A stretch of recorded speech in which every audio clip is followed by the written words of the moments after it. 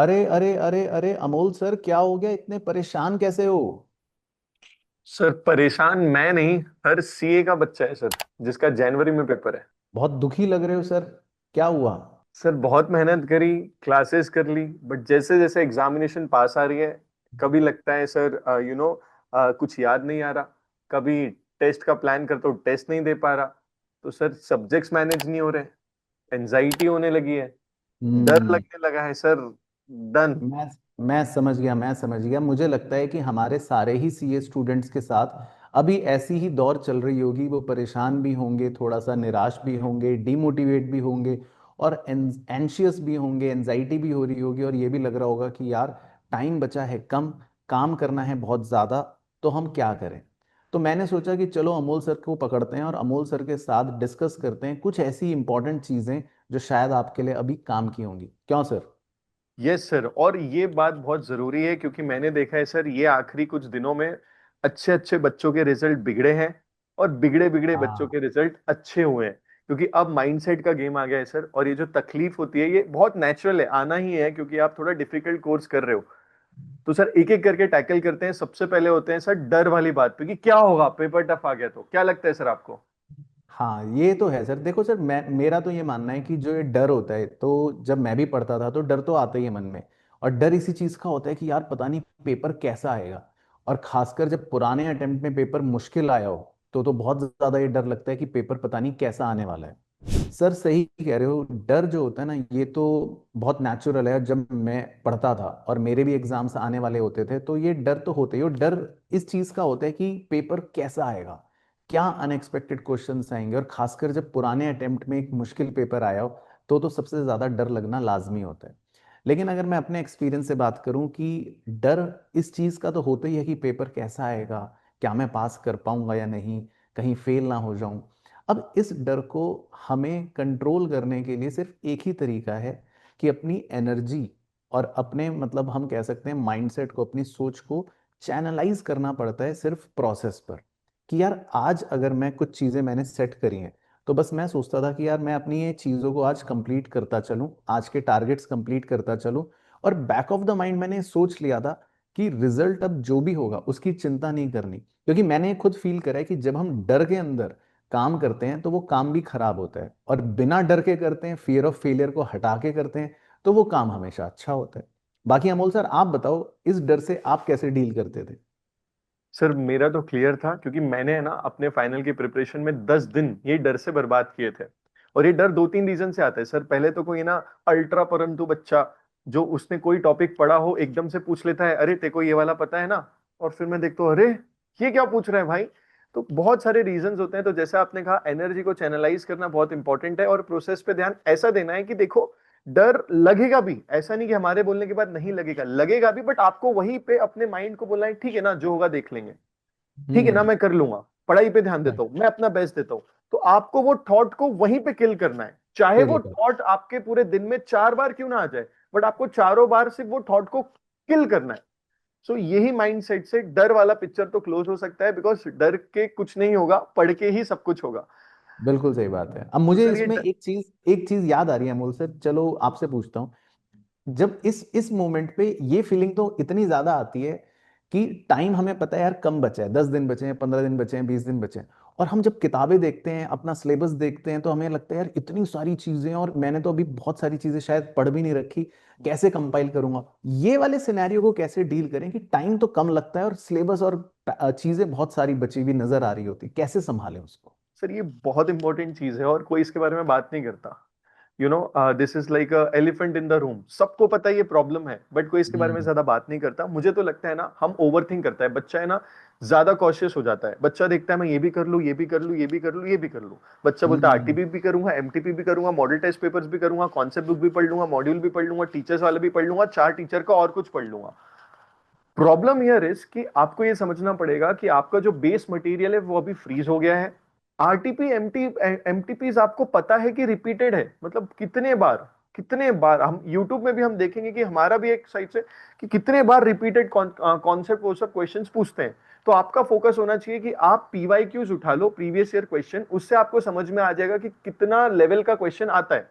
अगर बेटा repeated question आना है तो पूरे इंडिया के बच्चों के लिए आना है, और अगर नया क्वेश्चन आना है तो पूरे इंडिया के लेवल के बच्चों के लिए आना है। तो हमें हमारी एनर्जी इतने सारे रिसोर्स को देखने से अच्छा बेस मटेरियल को एक और बार एक्स्ट्रा रिवाइज करने में है।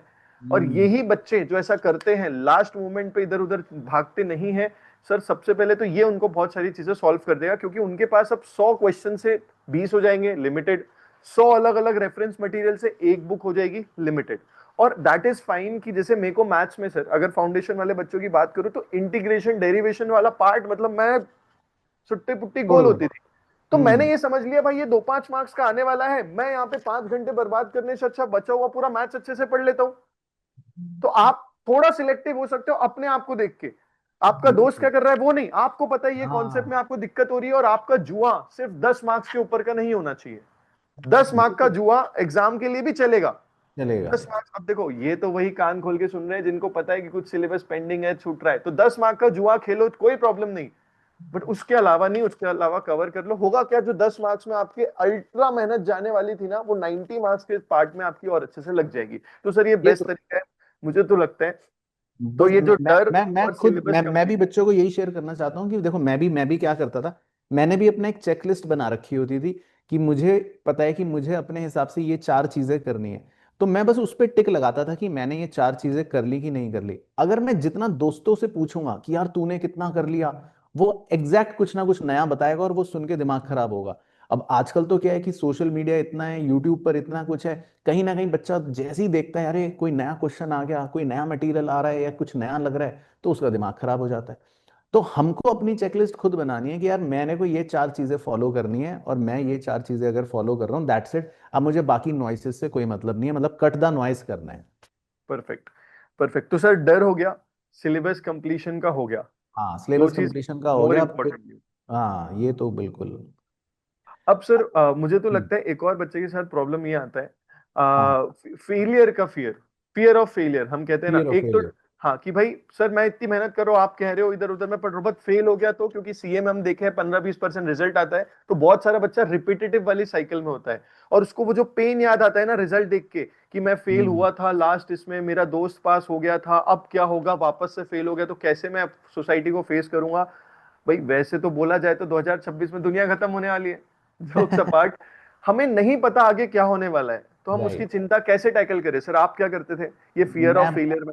मैं बता देता हूँ, मैं अपना बताता हूँ। अब हो सकता है वो थोड़ा फनी लगे सुनने में, लेकिन मैं सच बताता हूँ। देखो मैंने बहुत जल्दी ये रियलाइज कर लिया था कि हमारे पास या फेल के रिजल्ट से दुनिया को वैसे सच में कोई फर्क नहीं पड़ता। सिर्फ जो पेरेंट्स होते हैं ना हमारे, उन्हें उन्हें फर्क पड़ सकता है या हमें फर्क पड़ सकता है। तो मैंने सबसे पहले मतलब अपने पेरेंट्स से बात करी और उनका ये माइंडसेट करा कि देखो ये प्रोफेशनल कोर्स है और इसमें मेहनत करना मेरा काम है, और ये चीजें उन्होंने भी मुझे समझाई कि मेहनत करना अपना काम है। अब अगर पास हुए तो भी वेल एंड गुड, नहीं हुए तो भी हम तुम्हारे साथ हैं। तो जब मेरे बैक ऑफ द माइंड मुझे ये क्लियर हो गया कि यार अगर मैं फेल भी हुआ तो मेरे पेरेंट्स का सपोर्ट मेरे साथ है, वो कुछ नहीं कहेंगे, तो आधा आधा प्रेशर तो मन से हल्का हो गया है ना उनसे बात करके। अच्छा दूसरा फनी पार्ट, मैं कैसे अपने माइंड को ट्रेन करता था ये मैंने पहले एक पॉडकास्ट में भी बताया। मैं मन में अपने आप को ये बोलता था कि अगर मान लो मैं फेल हुआ और मैं सीए बाय चांस नहीं बन पाया या एग्जाम में नहीं क्लियर हो पाया, तो इसमें आईसीएआई का लॉस होगा, उन्हें देश का एक होनहार चार्टर्ड अकाउंटेंट देरी से मिलेगा। मैं ऐसा सोचता था मन में वाकई में। तो मेरे को अंदर एक जोश आता था कि ये चीज सोच के काम करना है। सो सर मतलब यही है कि बिलीव इन योर पेरेंट्स, तो अपने आप बिलीव अपने आप आ जाएगा खुद पे भी। खुद पे भी आ जाएगा ग्रेट। बिल्कुल।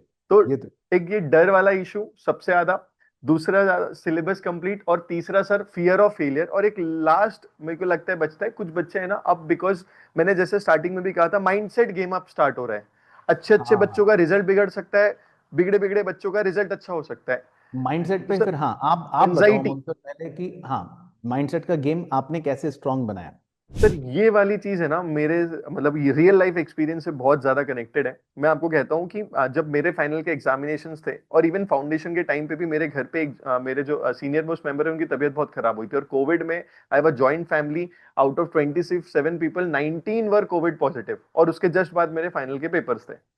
मैंने लाइफ में जब मैं लोगों को हंसता था, क्या मेडिटेशन करते रहता है, अरे तू क्या ये इनहेल एक्सेल की प्रैक्टिस कर रहा है, कुछ भी। हाँ उस टाइम मुझे रियलाइज हुआ कि how magical these things are.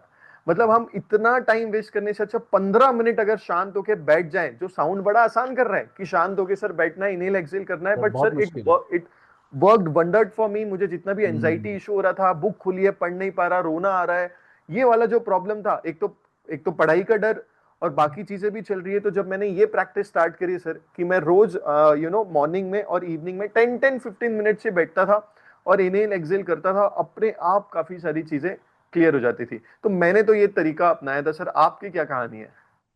नहीं, मैं भी, मेरे भी यही है कि माइंडसेट गेम तो मतलब स्ट्रांग रखना ही पड़ता है, नो डाउट। और मतलब मैंने भी बहुत सारे पेतरे अपनाए थे, कुछ फनी वाले भी हैं, और मतलब वाकई में अपने माइंडसेट को स्ट्रांग रखने के लिए, जैसे एक तो मैंने पहले बताया कि मैं तो यही सोचता था कि अगर मैं सीए नहीं बन पाया तो आईसीआई का नुकसान होगा।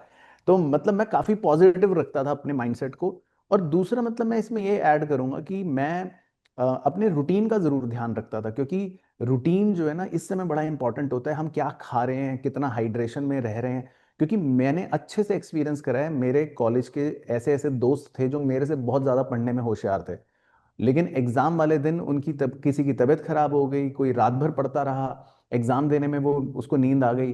तो माइंड बॉडी को फ्रेश रखना, जो आपने मेडिटेशन का पॉइंट बोला, वो भी बड़ा इंपॉर्टेंट है। मतलब इस समय अपनी बॉडी और अपने रूटीन का ध्यान रखना भी इक्वली इंपॉर्टेंट है, रादर देन कि हम सिर्फ पढ़े जा रहे हैं। तो करेक्ट। कहीं ना कहीं वो चीज़ बहुत हेल्प करती है। Correct. So guys, here we are, the intention of this video was कि आपको एकदम रियल लाइफ चीजों के बारे में बताया जाए। बताएं, और मैं तो बच्चों को बोलूँ नीचे कमेंट भी कर दो, हम्म। और भी कोई आपके मन में इशू है कमेंट कर दो, कोशिश करेंगे रिप्लाई करने की। परफेक्ट। और हमने इसमें ना कोई स्क्रिप्ट नहीं रखी थी, ये एकदम फ्रॉम द हार्ट था। इसमें कोई भी तरीके का कोई पैंतरा नहीं है कि ये कर लो वो कर लो, ये बैच ले लो वो बैच हाँ ले लो, बिल्कुल, कुछ भी मतलब नहीं। नेचुरल, मैं तो रैंडमली नेचुरल। अमूल सर को पकड़ा कि आओ। और अमूल सर का आइडिया था कि चलो सर, जब बैठे ही हैं तो ऐसा करते हैं, बच्चों की कुछ प्रॉब्लम्स पे बात कर लेते हैं। रियल, तो ये एकदम रियल प्रॉब्लम है। आप कोई भी लेवल के कोई भी प्रोफेशनल कोर्स में हो, आप ये हम्म। प्रॉब्लम फेस कर रहे होंगे। और हम, ऐसा नहीं है, हम लोग ने ये प्रॉब्लम फेस की है इसलिए हम बोल पा रहे हैं कि ये सब आपका सोल्यूशन हो सकता है। तो सही कहा पराग सर ने। अभी भी आपको कुछ लग रहा है तो कमेंट सेक्शन में जरूर बताना। और कभी भी आपको खुद पे डाउट हुए तो यही वीडियो को 2x पे देख लेना। और देखो, आपका भी कोई मित्र होगा, कोई दोस्त होगा जो अभी जूझ रहा होगा, उसने बहुत मेहनत करी होगी, क्लासेस लगाई होगी, but at this point of time वो माइंडसेट गेम में हार रहा होगा। उसको ये प्यारा सा एक छोटा सा गिफ्ट, ये वीडियो का लिंक भेज देना, that will really help him. And yes, we are sure कि आप, तुम कर लोगे, तुम नहीं करोगे तो कौन करेगा? सही ठीक है। बात है, आप अपना बेस्ट दो। मतलब एंड में बस यही बोल देता हूँ कि just do your best and forget the rest. Perfect. तो do your best, forget the rest. All the best. All the best, bye bye.